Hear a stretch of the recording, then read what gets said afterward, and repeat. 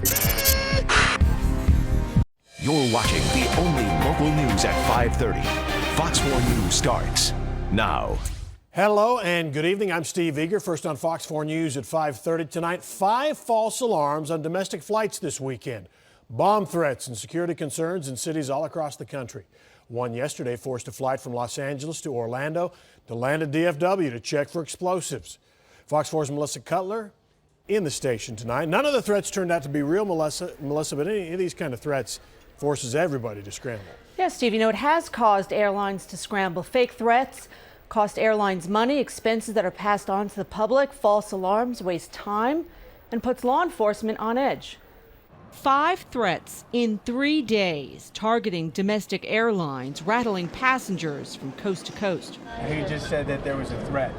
We had to land in Dallas. Among them, this tweet Sunday afternoon. We have planted explosives on Delta Flight 1061 LA to Orlando. We are ISIS. We are here. You won't be. A passenger from California took pictures when the plane diverted to DFW Airport. Bomb squads searched the plane with canine dogs. We were told that Delta had called and said that there was a security issue and that we would be landing in Dallas. And so we were taken to a runway that was kind of remote, and then they took us off to, they sent first to FedEx, to, I don't know what, but they ended up taking us to the terminal and fed us, and they had the dogs sniff out the plane, and then we were put back on, and here we are. 2 other planes were evacuated in Seattle Sunday due to security concerns, and 2 flights in Atlanta were escorted by fighter jets on Saturday after someone posted bomb hoaxes on social media.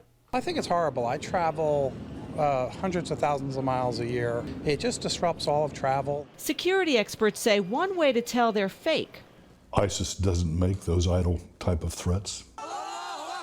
The group often uses extortion, but also inspires copycats. On this kind of case, I think that especially with as many of them that are occurring, you always are going to have those mimics or those mimes, those apers who want to get in on part of that action. Despite that, experts say safety demands a response. ISIS only has to be right once.